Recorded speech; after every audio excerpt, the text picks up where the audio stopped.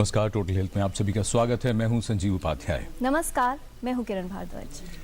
काबिल अजमेरी, उनका एक शेर है, वो ये कहते हैं कि वक्त करता है परवरिश बरसों, हादसा एकदम नहीं होता। सही बात है, कोई भी घटना धीरे धीरे ऐसा लगता है कि उसके पीछे कई कारण होते हैं और फिर वो घटना एक बड़ी घटना के रूप में हमारे सामने आती है।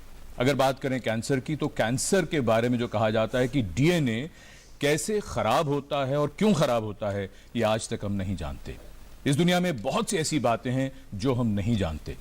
हमारे जीवन की यात्रा ऐसी विलक्षण है जिसमें हर पल कुछ नया जुड़ता रहता है और बहुत कुछ ऐसा है जिसे हम छोड़ते चलते हैं। लेकिन हम इस दुनिया में रहते हुए ये कभी नहीं जान पाते कि हम कितना नहीं जानते हैं। ठीक ऐसा ही होता है ब्रेस्ट कैंसर के साथ भी, क्योंकि विशेषज्ञ के अनुसार जब भी कोई पेशेंट इनके पास आती हैं तो ज़्यादातर वो स्टेज होती है जब कैंसर जो है एडवांस स्टेज में पहुंच चुका होता है। ये बात है भारत की, क्योंकि कहीं ना कहीं इसके पीछे जानकारी का अभाव है, लक्षणों की पहचान न हो पाना और कुछ हिचकिचाहट अपने लक्षणों को लेकर विशेषज्ञों के पास जाने की। एक और बात जो बड़ी महत्वपूर्ण है महिलाओं में, खास तौर पर अगर ब्रेस्ट कैंसर यानी स्तन कैंसर की बात की जाए, तो वो ये कि इसके लक्षणों के साथ साथ बहुत सी ऐसी बातें हैं कि ये किस तरह से ग्रो करता है, यानी इसकी वृद्धि या विकास होता है। इसके बारे में बहुत से लोगों के मन में रहता है कि बाद में दिखा लेंगे, बाद में जांच करा लेंगे या बाद में इलाज करा लेंगे। लेकिन कैंसर इंतजार नहीं करता। कैंसर के लिए दिन और रात नहीं होते, वो तो बस बढ़ता है। लेकिन बहुत जरूरत है ये समझने की कि क्या इसे रोका जा सकता है, और महिलाओं के लिए अगर ये नंबर 1 कैंसर के मामलों में अगर खतरा है तो ये क्यों है। और साथ ही ये भी कि अगर बात की जाए स्तन में होने वाले कैंसर की, तो क्या कारण है जिसकी वजह से इसके मामले बढ़ रहे हैं, कैसे इसकी पहचान की जा सकती है प्रारंभिक अवस्था में, और क्या लाभ होगा अगर इसे पहचान कर सही समय पर इलाज करवाया जा सके। साथ ही महिलाओं के लिए अपने शरीर के बारे में जानकारी होना और उसके लक्षणों को पहचानना क्यों जरूरी है, क्या जरूरत होती है ब्रेस्ट सेल्फ एग्जामिनेशन की और किस तरह से ये प्रक्रिया की जानी चाहिए, ये विशेषज्ञों से आज कार्यक्रम में हम विस्तार से समझेंगे। ये रिपोर्ट देखते हैं और जानकारी लेते हैं कि स्तन का कैंसर क्या होता है और किस तरह से बढ़ता है।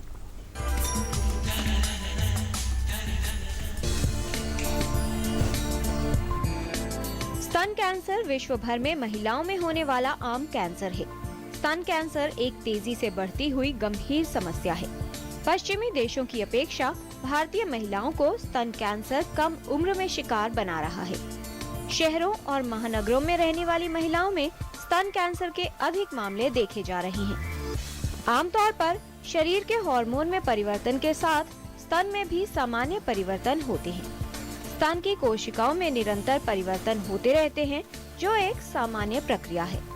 ये हार्मोन कोशिकाओं के रिसेप्टर और आनुवंशिक कोशिकाओं के तालमेल से व्यवस्थित व अनुशासित समूह की तरह जीवन भर कार्य करते रहते हैं। यदि इन कोशिकाओं की वृद्धि अनियंत्रित रूप से होने लगे, तो अनियंत्रित वृद्धि के कारण स्तन में गांठ बन जाती है। ये गांठ बिनाइन यानी सामान्य या कैंसर युक्त हो सकती है। अगर ये कैंसर हो तो तेजी से बढ़ता है। ऐसे में इलाज न किया जाए या इलाज में विलंब हो तो कुछ ही समय में ये कैंसर स्तन से शरीर के अन्य भागों में फैल जाता है और जीवन के लिए खतरा बन जाता है।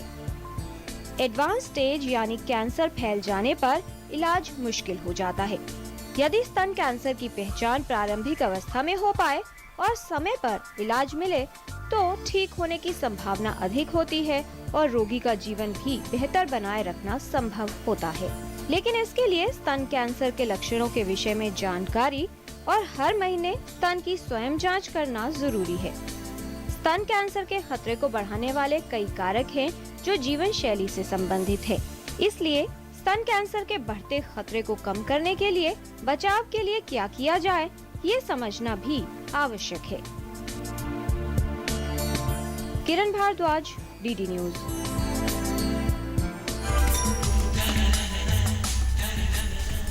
मुजफ्फर रज़मी कहते हैं, इस राज को क्या जाने साहिल के तमाशाई, हम डूब के समझे हैं दरिया तेरी गहराई। अक्सर होता यही है, जिन लोगों पर जब कुछ गुजर जाता है तब उन्हें समझ में आता है अरे ऐसा भी हो सकता है। अगर बात करें कैंसर की और ख़ास तौर पर अगर ब्रेस्ट कैंसर की बात करें तो अगर वक्त से पता चल जाए और इसके बारे में जानकारी हो और सही इलाज मिल जाए तो जीवन लगभग पहले की तरह सामान्य हो जाता है, लेकिन अक्सर लोग इसमें देरी करते हैं। इसीलिए आज हम विशेषज्ञों से खास तौर पर ब्रेस्ट कैंसर के बारे में बात करने वाले हैं और उनसे समझेंगे कि किस तरह से इस कैंसर के खतरे को कम किया जा सकता है और इसकी पहचान जल्द प्रारंभिक अवस्था में हो सकती है। इस विषय पर बात करने के लिए हमारे साथ स्टूडियो में विशेषज्ञों का खास पैनल मौजूद है। हमारे साथ हैं doctor Anurag Srivastava, professor and head department of surgery, all India institute of medical sciences.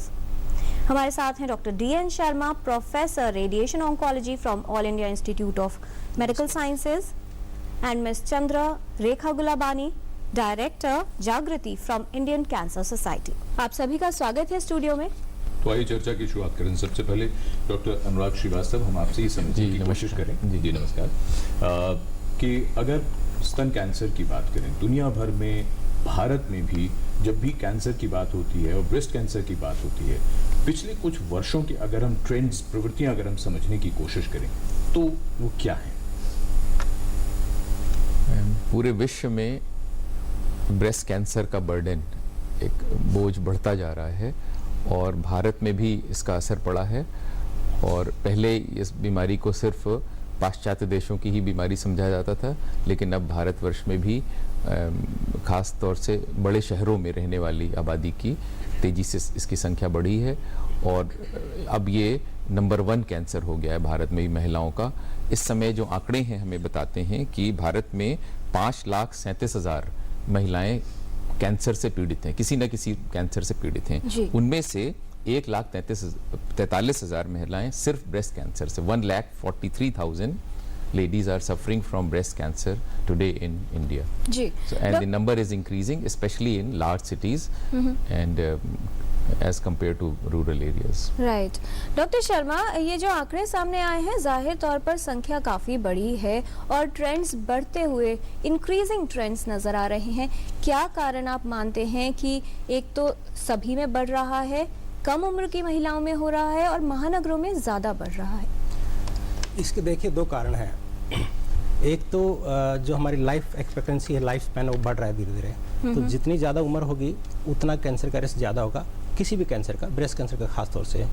दूसरा ये है कि एक अपेरेंट कॉज, जिसे हम बोलते हैं कि बहुत सारी महिलाएं हैं वो अवेयर हैं आजकल और वो अपना चेकअप के लिए डॉक्टर के पास जाती हैं और टेस्ट करवा लेती हैं। फैसिलिटीज़ भी पहले से इम्प्रूव हो गई हैं, कई जगह इसकी सुविधाएँ उपलब्ध हैं। तो अगर ज़्यादा डिटेक्ट होगा तो ज़्यादा रिपोर्ट होगा। तो एक ये भी कारण है करने को कि दोनों तरफ से इंक्रीज भी हो रहा है लाइफस्टाइल चेंजेस की वजह से और ज़्यादा रिपोर्ट भी हो रहा है। तो ये कुल मिला के it is on the rise. जी, तो ये जो स्थिति सामने आई रेखा जी कि एक तरफ लोग जो है ज़्यादा पहुंच रहे हैं तो डिटेक्शन ज़्यादा हो रहा है, डॉक्टर शर्मा का कहना है, और दूसरा कुछ कारणों से बढ़ भी रहा है। अगर पूरी सोसाइटी का नज़रिया आप देखें तो किस तरह से जब आप डील करती हैं पेशेंट से, उनके परिवारजन से, उनके संपर्क में आप लोग रहते हैं, तो जो अवेयरनेस का लेवल है या फिर सोसाइटी में एक्सेप्टेंस की बात है कि अगर किसी को कैंसर पता चल गया तो किस तरह का नज़रिया हो जाएगा लोगों का, क्या कुछ सालों में आप उसमें कुछ बदलाव देख रहे हैं? बिल्कुल, काफ़ी बदलाव देख रहे हैं। हम जैसे समाज में जाते हैं, हम लोगों में जब अवेयरनेस होगी तभी वो आगे आएंगे और हम उनको बताते हैं कि इसके लक्षण क्या हैं, इसको शुरू में कैसे पहचानो, और अगर शुरू में पहचान लो तो ये ऑलमोस्ट 100% क्योरेबल है और ट्रीटेबल है। यही एक नॉन कम्युनिकेबल डिजीज़ है जो क्योर भी हो जाती है, बाकी को तो मैनेज करना पड़ता है।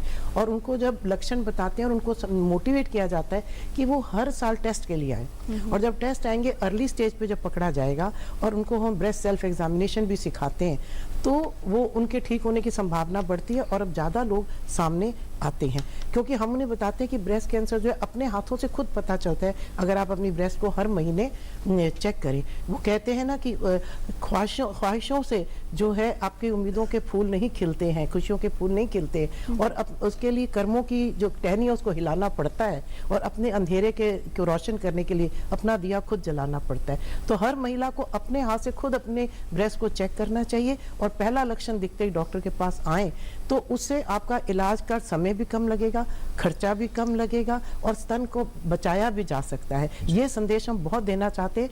हम बच तो नहीं सकते कैंसर से, लेकिन अपना स्तन बचा सकते हैं अगर जल्दी से जल्दी हम पहुंच जाएं। जी, आपने बहुत अच्छे से अपनी बात रखी और जीवन कर्म आधारित है वो सिद्धांत भी आपने याद दिलाया, बहुत धन्यवाद।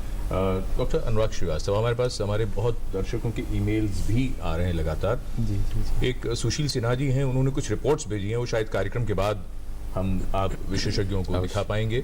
इसके अलावा अमित प्रधान हैं, उन्होंने 2 मेल्स भेजे हैं इस बारे में कि लोगों के मन में बहुत मिथ्स भी हैं, बहुत भ्रांतियां भी। वो ये जानना चाहते हैं कि क्या ऐसा हो सकता है, टाइट अंडरगारमेंट्स पहनने से क्या कैंसर का खतरा बढ़ता है। प्रदीप अग्रवाल हैं, वो हेयर डाई के बारे में भी जानना चाहते हैं। तो इन सब बातों को जोड़ते हुए सवाल आपसे ये है कि कैंसर की अगर हम बात करते हैं, ब्रेस्ट कैंसर की महिलाओं में अगर हम बात करें, आपने बताया कि ये अर्बन एरियाज में ज़्यादा है, रूरल में भी कम है, ग्रामीण भारत में कम है। क्यों होता है? खतरे क्या हैं अगर हम खतरों को पहचानें तो? जी, हम इन सभी खतरों को 2 तरह से विभाजित कर सकते हैं।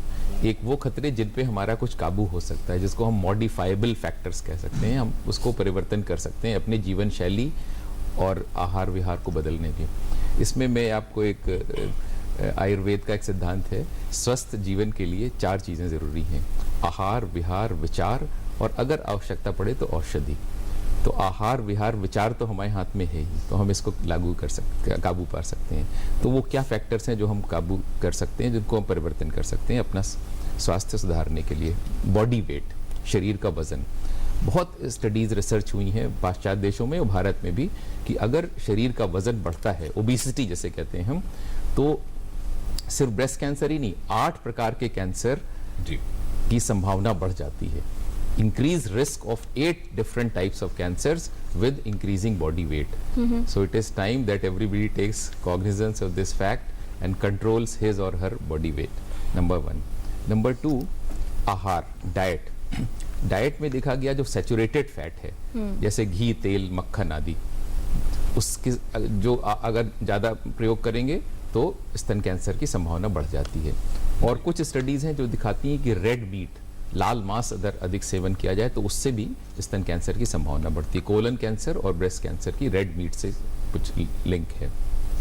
फिजिकल एक्सरसाइज, अगर डेली आप एक्सरसाइज कर रहे हैं तो 1 घंटे प्रतिदिन, तो आपकी संभावना स्तन कैंसर और कई और प्रकार के कैंसर और हार्ट अटैक, डायबिटीज सभी से होने की कम हो जाती है।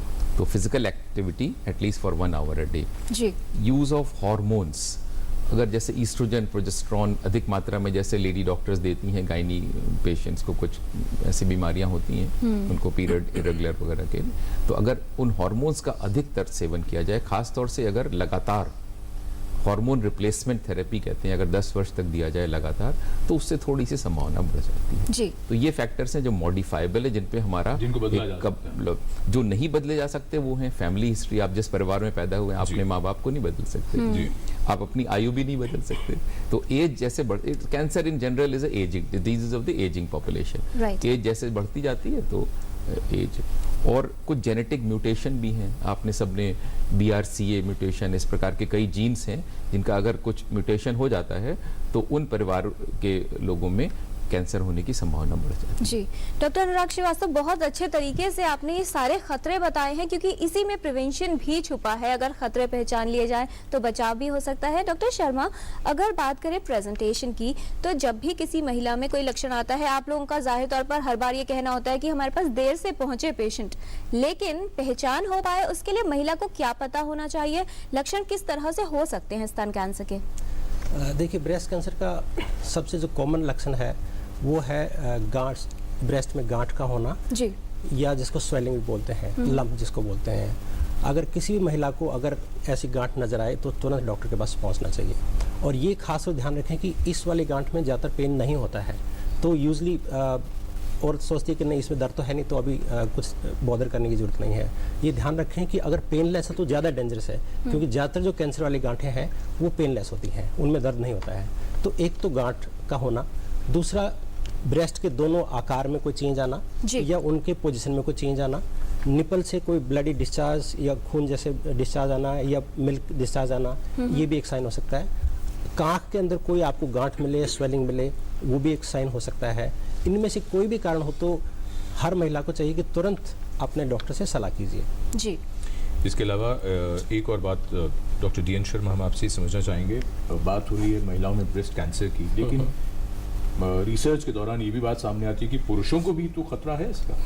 हाँ, पुरुषों को खतरा है। एक अगर हम देखें 100 कैंसर, अगर ब्रेस्ट कैंसर हम देखें तो उसमें से एक कैंसर है वो मेल में होगा।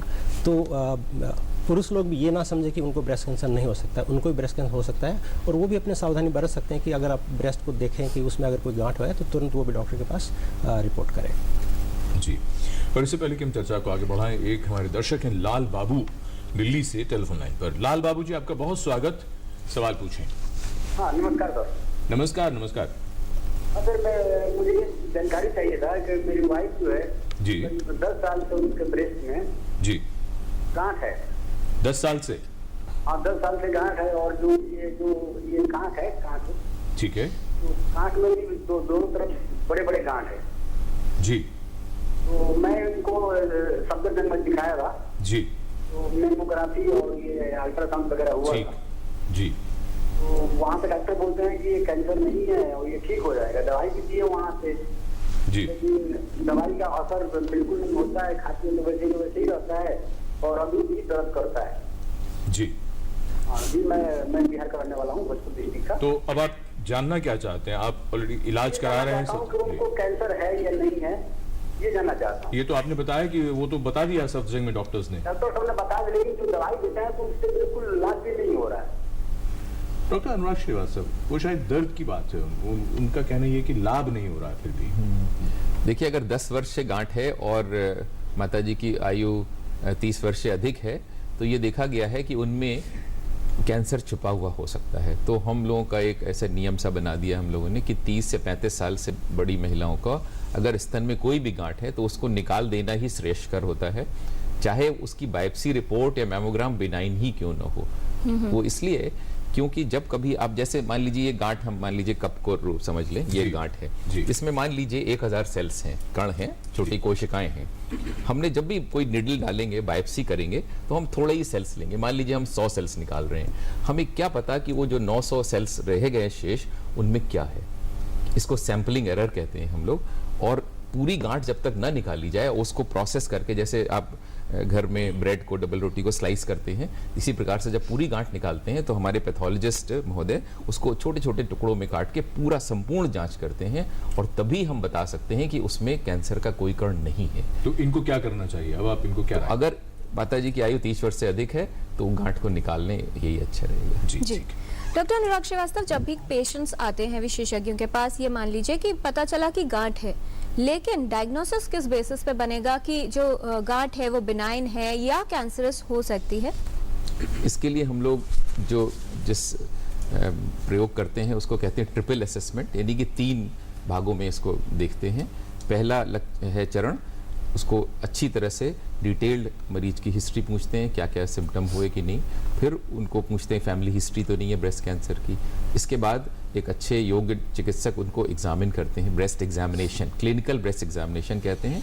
और इसके पश्चात हम ब्रेस्ट इमेजिंग की प्रयोग करते हैं, जिसमें कि अल्ट्रासाउंड हर आयु में कर सकते हैं, और मैमोग्राम अगर 35 वर्ष से अधिक महिला हैं तो मैमोग्राम भी कर सकते हैं। और यदि परिवार में 2 या 2 से अधिक महिलाओं में कैंसर रहा है, तो जिसमें कि संभावना बढ़ गई है, तो हम MRI, मैग्नेटिक रेजोनेंस इमेजिंग भी ब्रेस्ट के करते हैं। ये तो हुई इमेजिंग। इसके पश्चात फिर हम उसकी बायोप्सी कराते हैं या निडल से सेल्स लेते हैं। तो इस ट्रिपल असेसमेंट के द्वारा अगर ये लगता है कि ये बिनाइन है, तीनों में बिनाइन लक्षण लग रहे हैं, तो 99% संभावना है कि ये बिनाइन ही है। और अगर तीनों अंक एक दिखा रहे हैं कि इसमें कुछ कैंसर की संभावना हो सकती है, तो ये अच्छा ही होता है उस गांठ को निकालने के लिए। सीधी सी बात ये है कि मतलब किसी भी स्तर पर कोई भी शंका संदेह नहीं छोड़ना चाहिए, और डायग्नोसिस यानी उसका जो निदान है, जो जांच है, वो पूरी होनी चाहिए, वो कहीं नहीं छोड़ना चाहिए। जी। हमारे पास हमारे दर्शकों के लगातार ईमेल्स आ रहे हैं, और जैसा इस कार्यक्रम की तैयारी के दौरान बात हुई थी, आप विशेषज्ञों से एंजेलिना जोली के बारे में भी सवाल पूछा गया है हमारे एक दर्शक ने कि क्या इस तरह की समस्या भारत में भी हो सकती है, वगैरह वगैरह। एक ओमकार कोसे जी हैं, मैं चाहूंगा गुलाबानी जी आप जवाब दें। उन्होंने एक बात ये लिखी कि हमेशा जो पुरानी बीमारियां या जिनको लोग लाइलाज मानते हैं उनके बारे में शर्तियत दावे किए जाते हैं। कैंसर के बारे में भी बड़े बाबा, तांत्रिक, नीम हकीम ऐसे दावे करते हैं और कहते हैं कि ये वैज्ञानिक जो इलाज है इसको छोड़िए और ये काम करिए। अगर हम कुछ इस तरह के भ्रम, मिथ्याओं की अगर हम बात करें, तो कौन सी सबसे आम ऐसी बातें हैं जो आपको देखने को मिलती हैं जिन महिलाओं के साथ आप काम करते हैं? जिन महिलाओं के साथ काम करते हैं, और अक्सर आम लोगों में भी बहुत भ्रांतियां हैं। एक तो लोग ये सोचते हैं कि अगर उसको कैंसर हो गया उसने बचना तो है नहीं, तो कई बार इसलिए भी इलाज से लोग भाग लेते हैं, लेकिन उनको पता होना चाहिए कि इसका इलाज है। और लोग सोचते हैं कि अगर एक बार उसको कैंसर हो गया तो उसके बाद वो एक सामान्य जीवन नहीं जी सकती, उसकी जो सेक्स लाइफ है वो भी अफेक्टेड हो जाएगी। और ये भी सोचते हैं लोग कि इस बाद में शायद इसका कोई बेबी भी नहीं हो सकता, कंसीव नहीं कर सकती, लेकिन सब मिथ्या धारणाएं। हमने अपने मरीजों को देखते हुए देखा है। अभी हाल ही में हमारे 2 ब्रेस्ट कैंसर सर्वाइवर्स हैं, उनके बच्चे हुए, एक को लड़का है और एक को लड़की पैदा हुई, अभी 6 महीने की है, तो उनके बच्चे भी हो सकते हैं और उनकी नॉर्मल लाइफ होती है। और ये कहना कि आपने कहा कि लगभग नॉर्मल, मैं समझती हूँ कि हमने पेशेंट्स देखे जो पूरी तरह नॉर्मल जीवन जीते हैं उसके बाद, और जो अंडरवायर ब्रा है वो पहनते हैं, उससे वो सोचते होते हैं कॉफी या पीने से हो जाती है, और जो लोग सोचते हैं कि पुरुषों को नहीं होता, ये सारी भ्रांतियां हैं और इनसे हमें और ये जो तांत्रिक है और जो दूसरे इलाज हैं जिसका कोई इलाज नहीं है, एलोपैथी के अलावा कहीं इलाज नहीं है। मुझे बहुत खुशी है, मैंने बहुत सोच समझ कर लगभग शब्द का इस्तेमाल किया था लेकिन आपने ये बात कही कि बिल्कुल नॉर्मल, तो ये तो बहुत खुशी की बात है उन तमाम लोगों के लिए ये जो कैंसर के इलाज से डरते हैं। ये मानसिकता की बात है, हमारी सोच है कि हमें ये हो गया तो अब हम ठीक नहीं हो सकते। जी, इलाज लेकिन संभव है। डॉक्टर अनुराग श्रीवास्तव, पहले बात करें इलाज के तरीके क्या होते हैं, उससे थोड़ा सा पहले कि जब ये डिटेक्ट हो गया कि कैंसर है, लेकिन अब स्टेजिंग किस आधार पर होगी और कैसे आप लोग ये जानते हैं कि मेटास्टेटिक यानी शरीर में फैल चुका है, एडवांस स्टेज है, और दोनों ही मामलों में अगर ब्रेस्ट तक सीमित है कैंसर या फिर शरीर में फैल गया है तो क्या फर्क रहेगा इलाज में? जी, यदि गांठ छोटी है, लगभग 2 इंच से अगर छोटी है गांठ 5 सेंटीमीटर से, और उसका प्रभाव सिर्फ स्तन के अंदर ही है, उसने स्तन के ऊपर की जो त्वचा है, स्किन है, उसमें कोई कुप्रभाव नहीं करा है, और वो अंदर जो हड्डियां होती है, रिब्स जैसे कहते हैं, उनसे भी नहीं चिपकी है, चेस्ट वॉल से भी नहीं चिपकी है, और बगल की गिल्टियों में भी ज्यादा नहीं फैली है या गले की गिल्टियों में नहीं फैली है, तो उसको हम समझते हैं कि सीमित कैंसर है, छोटा कैंसर है, अर्ली स्टेज मानते हैं जिसको, लोकल अर्ली ब्रेस्ट कैंसर।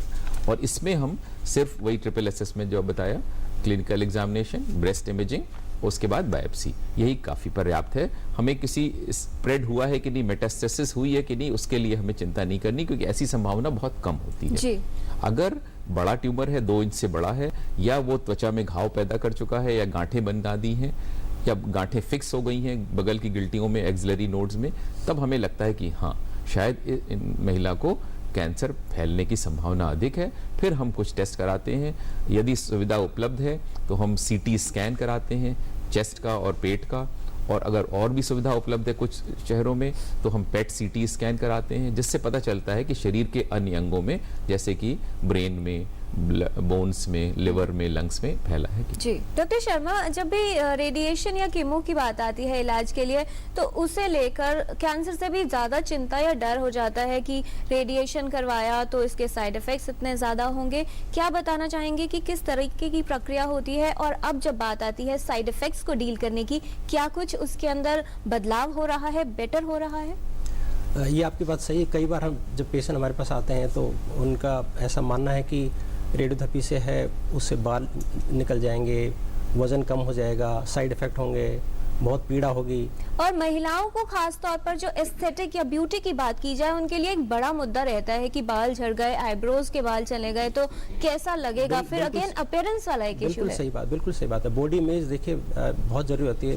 चाहे पुरुष हो या औरत हो, दोनों के लिए बहुत ज़रूरी है। और बहुत सारे मरीज इस भ्रांति से ग्रसित हैं, पूछते हैं कि क्या इससे हम इलाज को सह पाएंगे, नहीं सह पाएंगे, इसके साइड इफ़ेक्ट काफ़ी ज़्यादा हैं। लेकिन मैं आपको और सभी दर्शकों को बताना चाहता हूँ कि आजकल जो टेक्निक्स हैं रेडिएशन की और जो कीमोथेरेपी की जो ड्रग्स हैं वो काफ़ी सेफ़ हैं। साइड इफ़ेक्ट्स हैं लेकिन वो मैनेजेबल हैं और उनको वो टेम्प्रेरी बेस पे होते हैं, उनको हम मैनेज कर सकते हैं। जैसे रेडिएशन है, पहले स्किन पे कुछ जैसे ब्लैकनिंग हो जाती थी और अल्सर हो जाते थे, आजकल हमारे पास ऐसी टेक्निक्स हैं जिससे कि हम नॉर्मल ऑर्गन्स को बचा सकते हैं और खाली उसी एरिया को ट्रीट कर सकते हैं जहाँ पर कैंसर है, उसी को टारगेट कर सकते हैं, जिसको कि हम टारगेटेड रेडियोथेरेपी बोलते हैं। और वो सुविधा आजकल बहुत सारे हॉस्पिटल्स में है, एम्स में है, बाकी सारे दिल्ली के हॉस्पिटल्स में भी है। कीमोथेरेपी जहाँ तक बात है, उसमें जो साइड इफ़ेक्ट्स हैं उसको काफ़ी हद तक मैनेज करने के लिए सपोर्टिंग जो ड्रग्स हैं, सपोर्टिंग सिस्टम है, सपोर्टिंग इंफ्रास्ट्रक्चर है, वो काफ़ी हद तक डेवलप हो गया है।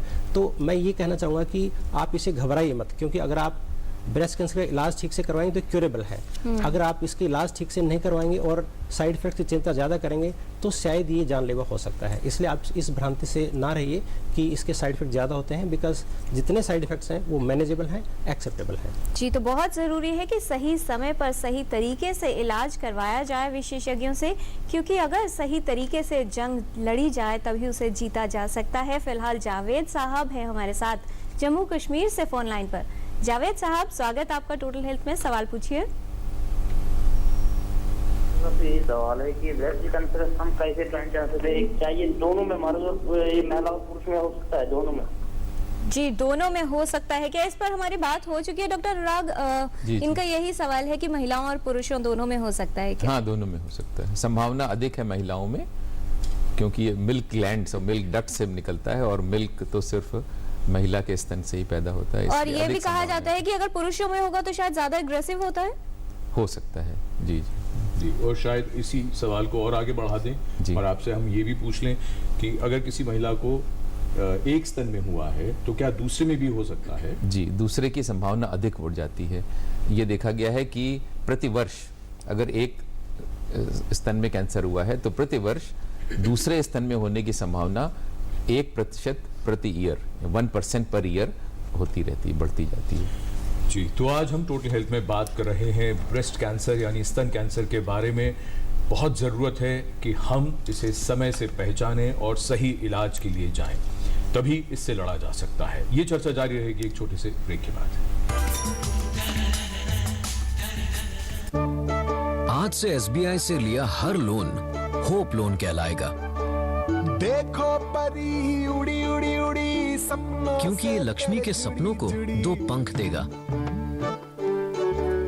ख्वाहिशें कोई बुने बुने बुने, धागे चलून के लिए चुने, हिना के हुनर को कमाई से जोड़ेगा।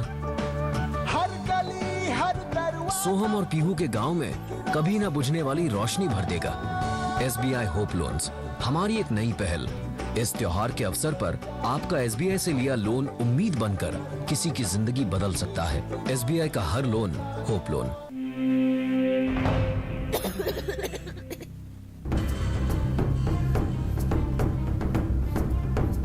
मुझे बचा लो पापा, मुझे बचा लो पापा।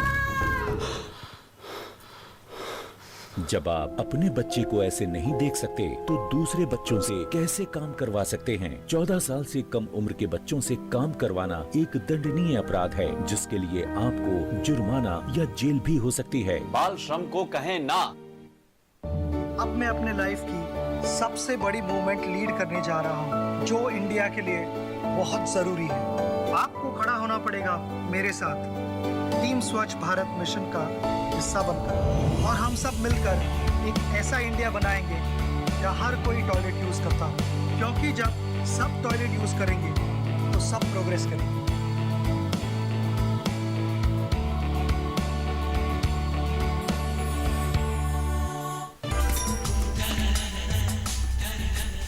ब्रेक के बाद टोटल हेल्थ में आपका स्वागत है। स्तन कैंसर के कारण और इससे बचाव के बारे में आज हम बात कर रहे हैं। हमारे साथ स्टूडियो में विशेषज्ञों का खास पैनल मौजूद है। चर्चा को आगे बढ़ाते हैं। रेखा जी, ये जो बात आई कि इलाज संभव है, लेकिन जब इलाज की शुरुआत होती है जाहिर तौर पर कुछ समय लगता है। एक तो इमोशनल उसके ऊपर ट्रॉमा होता है महिला पर, उसके परिवार पर, और साथ ही फाइनेंसेस, और साथ उसके साइड इफ़ेक्ट्स, सोशल प्रॉब्लम्स, काफ़ी सारी चीज़ें हैं।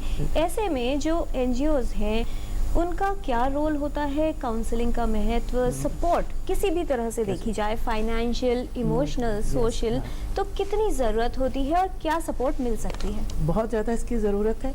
एक तो हमारे NGO के जब वॉलंटियर्स जाते हैं हॉस्पिटल हम लोग, तो हम ज़्यादातर कोशिश करते हैं कि जो सर्वाइवर्स हैं उनको एनकरेज करते हैं कि वो जाएं, क्योंकि उनकी बात मरीज़ को ज़्यादा समझ आती है कि अगर ये लड़के आए हैं और ठीक हो गए तो हम भी ठीक हो सकते हैं, तो उनको उदाहरण मिलता है, नंबर 1। दूसरा, हम उनको ये समझाते हैं कि इस बीमारी का इलाज हो सकता है, ख़ासतौर पे अर्ली स्टेज पे।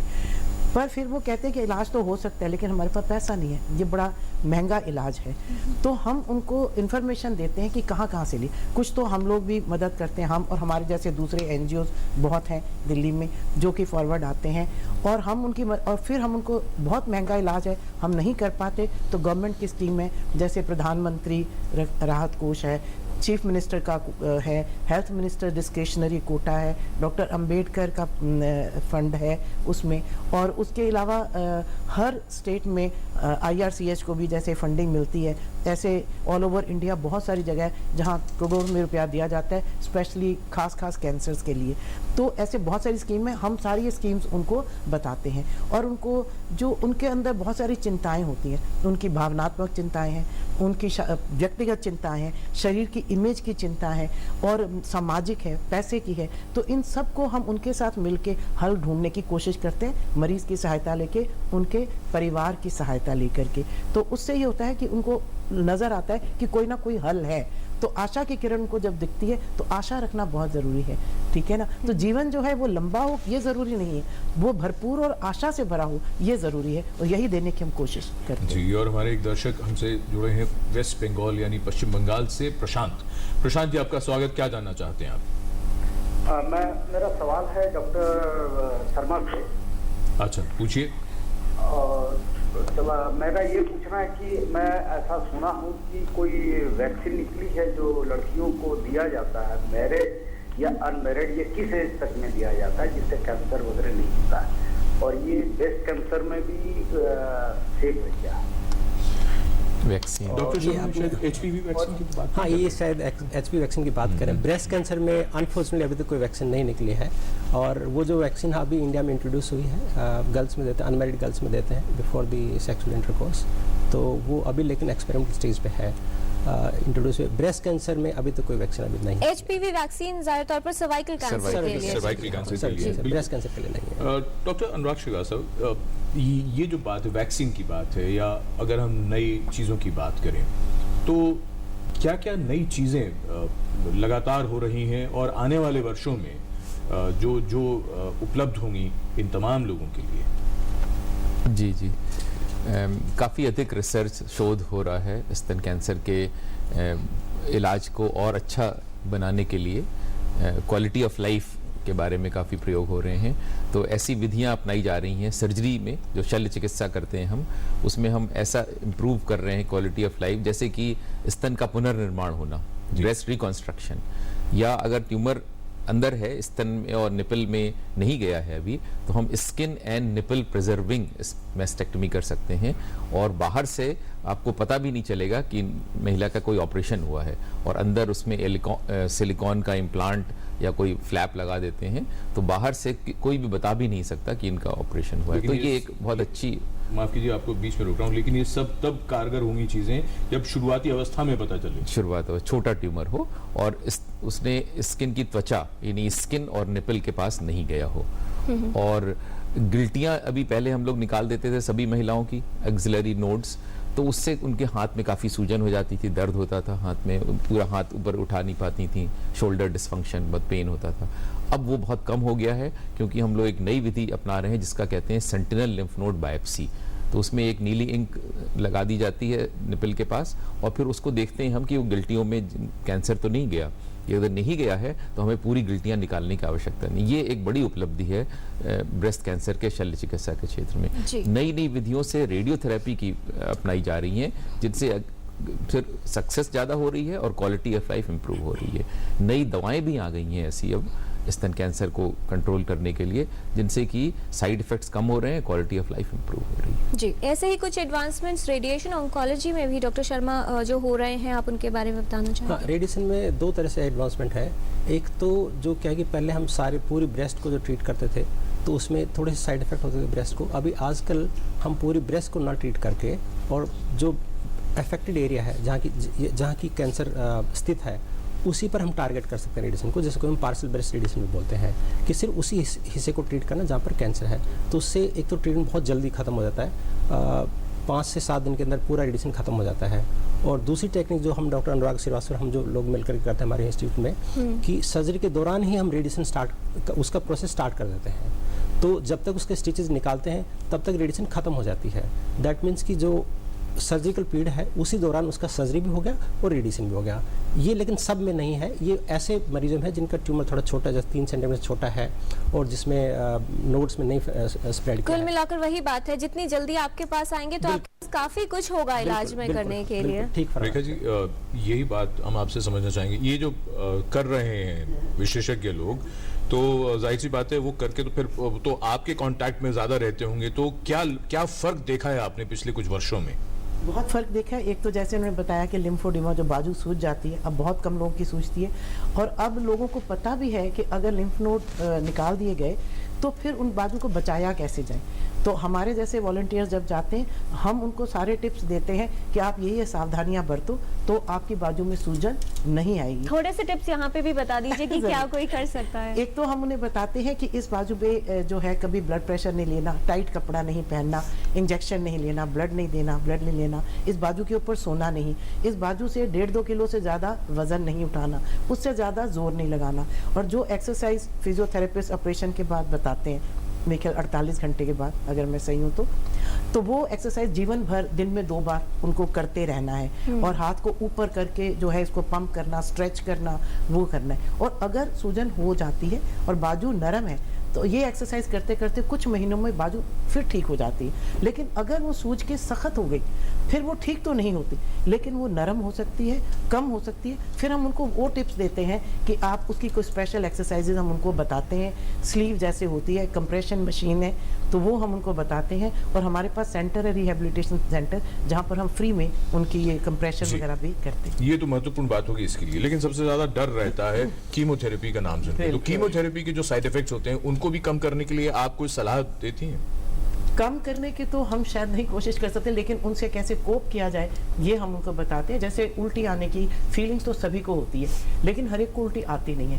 हम उनको समझाते हैं कि जिनको उल्टी आने की टेंडेंसी है, जब वो करते हैं, पहली बार किया उनको उल्टी आई, इसका मतलब उनकी बॉडी एक्सेप्ट नहीं करती।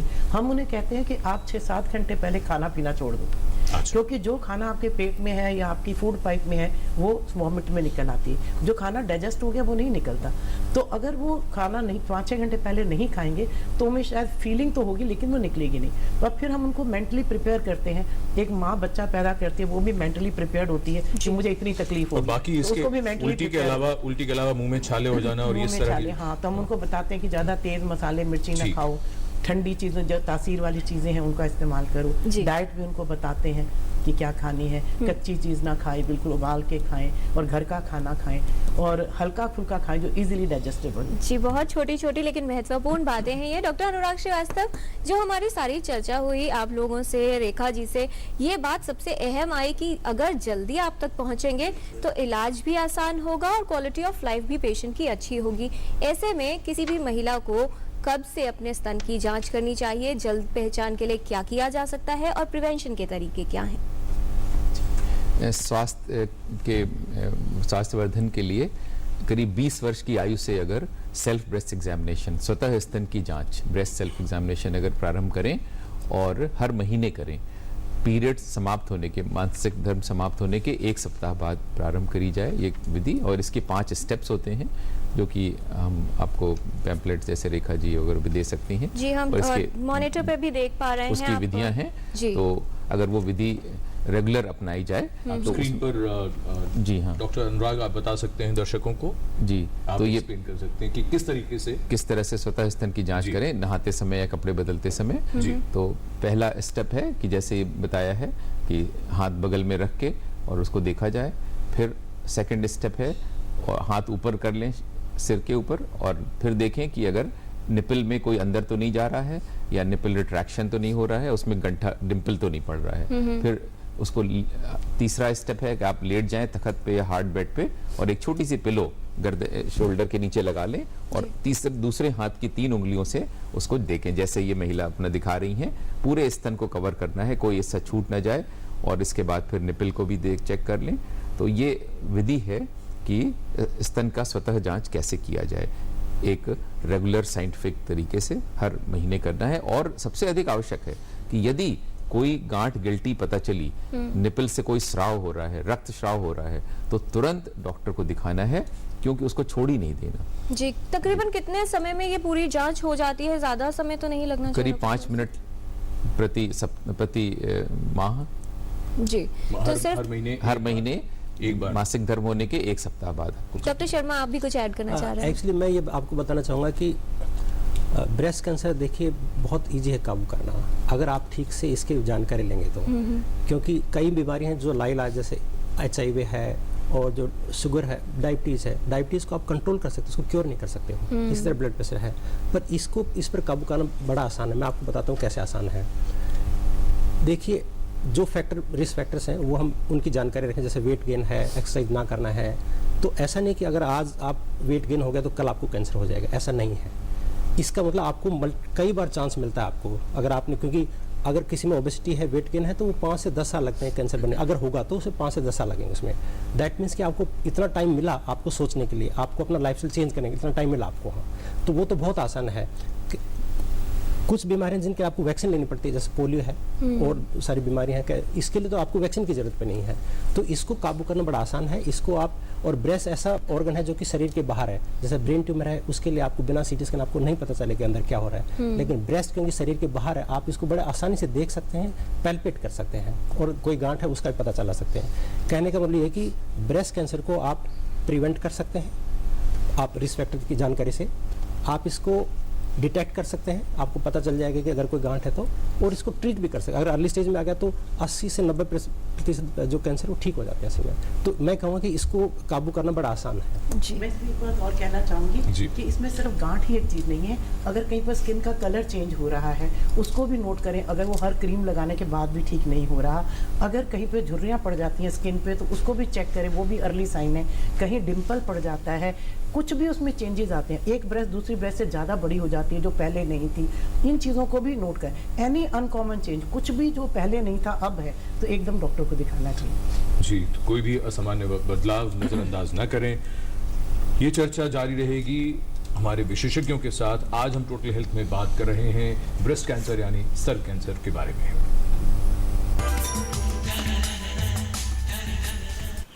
हुआन को राजस्थान कुछ ऐसा दिखा।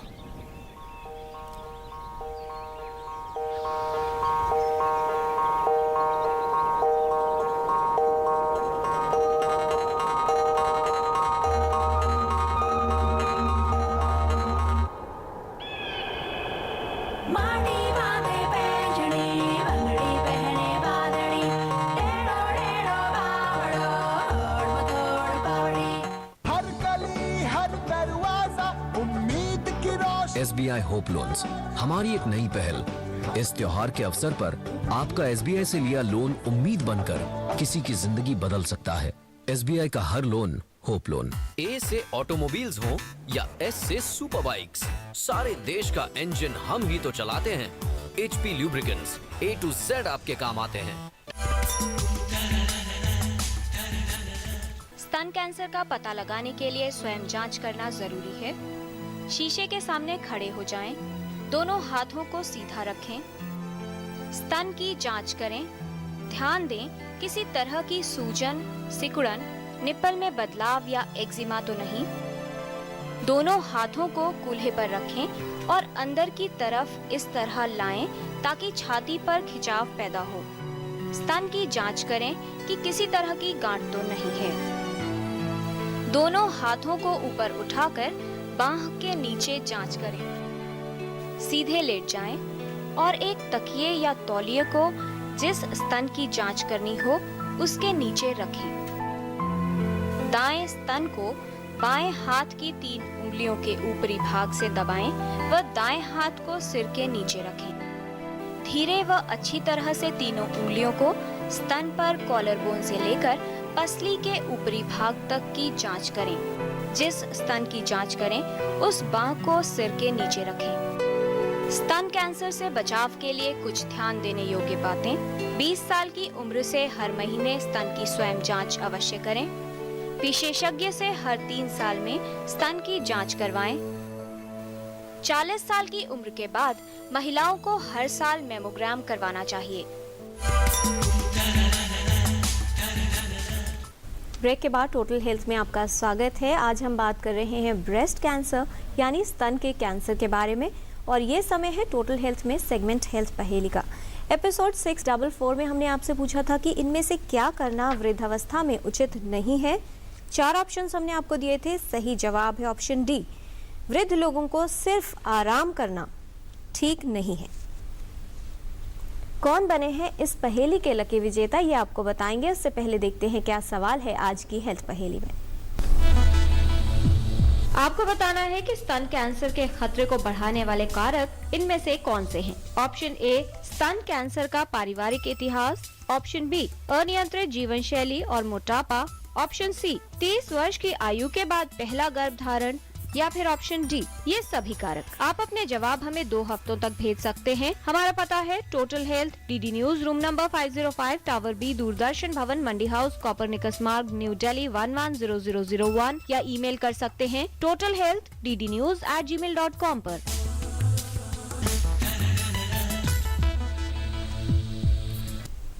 आप भी इस पहेली का सही जवाब हम तक भेजकर हमारे हेल्थ क्विज कॉन्टेस्ट में शामिल हो सकते हैं। कौन बने हैं एपिसोड 644 के लकी विनर, ये हमें बताने वाली हैं रेखा जी, जिनके सामने हमने रखी हैं सारी करेक्ट एंट्रीज जो आपसे हमें मिली हैं। रेखा जी, इन सभी करेक्ट एंट्रीज में से आज के एक लकी विनर का नाम आप हमारे व्यूअर्स को बताएं।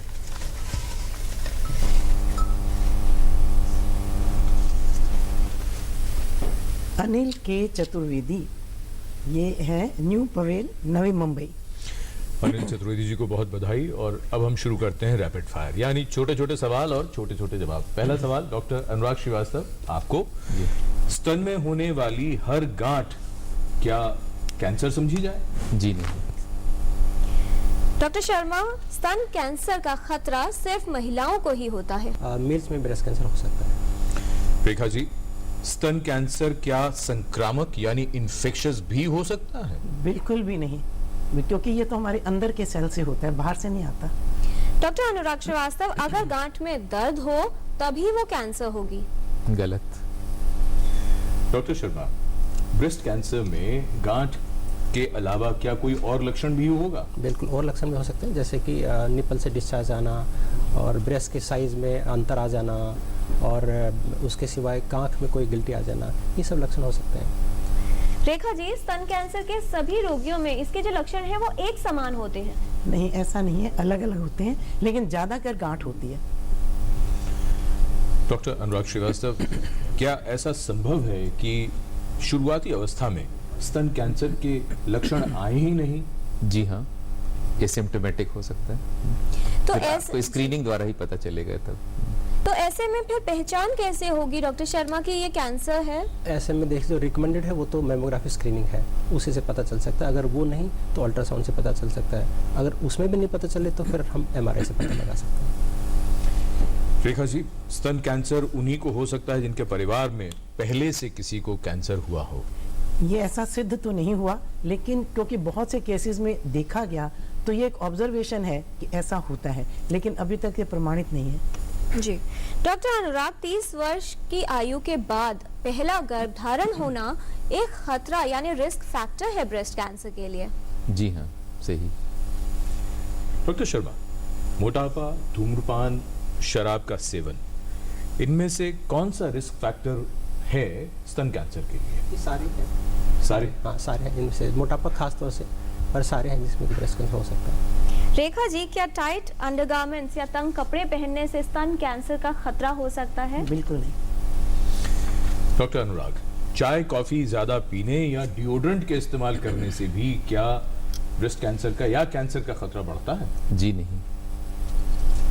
डॉक्टर शर्मा, स्तन का कैंसर क्या शरीर के अन्य भागों में फैल सकता है? बिल्कुल फैल सकता है। रेखा जी, स्तन कैंसर रोगी और उसके परिवार के लिए जो आप सलाह मशवरा देती हैं, काउंसलिंग करती हैं, उसका कितना महत्व होता है?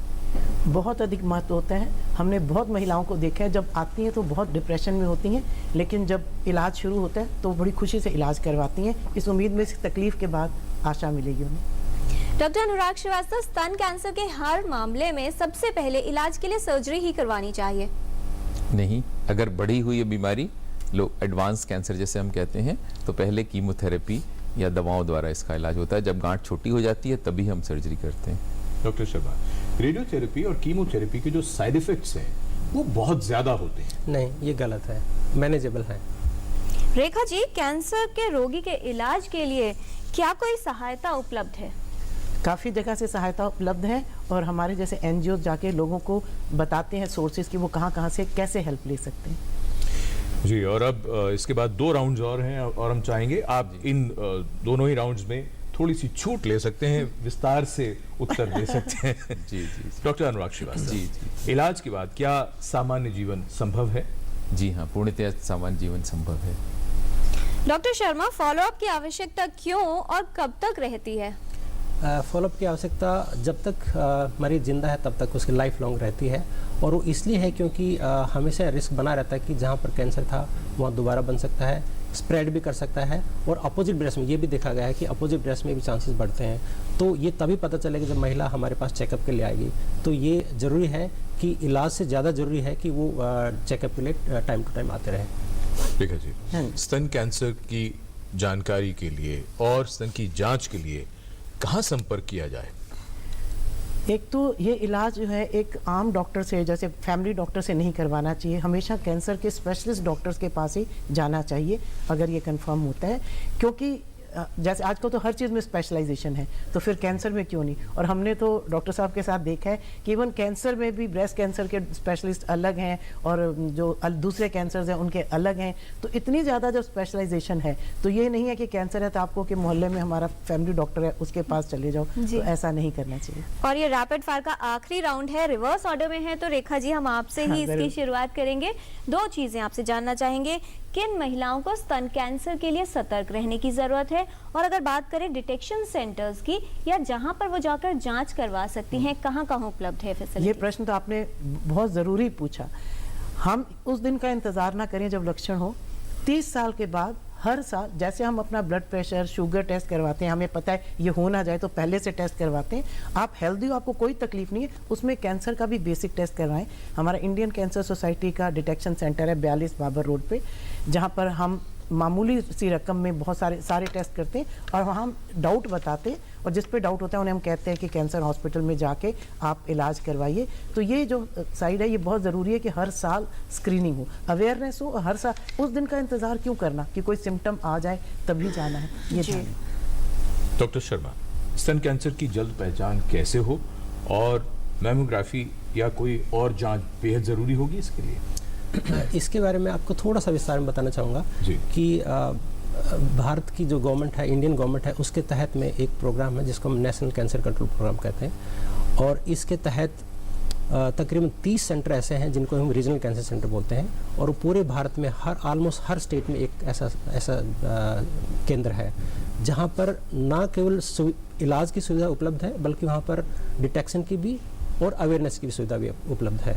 तो वो जिन महिलाओं को ऐसा लगता है कि उनके अंदर कुछ गांठ या ऐसा कुछ एबनॉर्मल स्वेलिंग है, वो अपने यहाँ पास के क्षेत्र में जा सकते हैं और वहाँ चेकअप करवा सकते हैं।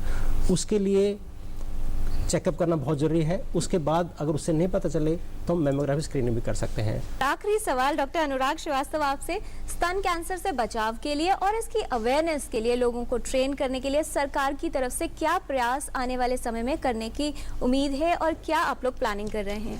भारत सरकार आपके स्वास्थ्य वर्धन के लिए एक बहुत अनुपम प्रयास कर रही है और माननीय प्रधानमंत्री जी और स्वास्थ्य मंत्री जी ने सितंबर माह में, पिछले ही महीने में, इस पूरे देश में स्क्रीनिंग फॉर कॉमन कैंसर्स का एक बहुत अनुपम शुरुआत करी है।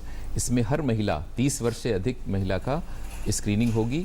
ओरल, ब्रेस्ट एंड सर्विक्स यानी कि मौखिक कैंसर, स्तन का कैंसर और सर्विक्स यानी कि बच्चेदानी के मुंह का कैंसर का 30 वर्ष की आयु से प्रारंभ किया जाएगा और हर 5 वर्ष एक ट्रेंड नर्स या डॉक्टर उनका चेकअप करेंगी। हर गांव, हर शहर में इसके चेकअप होगी।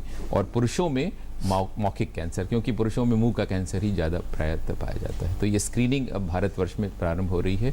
ये बहुत अधिक अनुपम प्रयास जी। इस पॉजिटिव नोट के साथ बहुत धन्यवाद देना चाहेंगे हमारे यहाँ बैठे सभी विशेषज्ञों का। तो सभी की तरफ से प्रयास हो रहे हैं, लेकिन हमें ज़रूरत है कि खुद की ओर से भी प्रयास करें। सिर्फ 5 मिनट 1 महीने में अपने लिए निकालिए, अपने स्तन की जाँच ज़रूर कीजिए, क्योंकि आपके ये 5 मिनट आपके आने वाली ज़िंदगी को बहुत बेहतर बना सकते हैं। स्तन कैंसर के लक्षणों की पहचान जल्द हो सकती है और इलाज भी बेहतर तरीके से हो सकता है अगर आप विशेषज्ञों के पास सही समय पर पहुंच जाएं।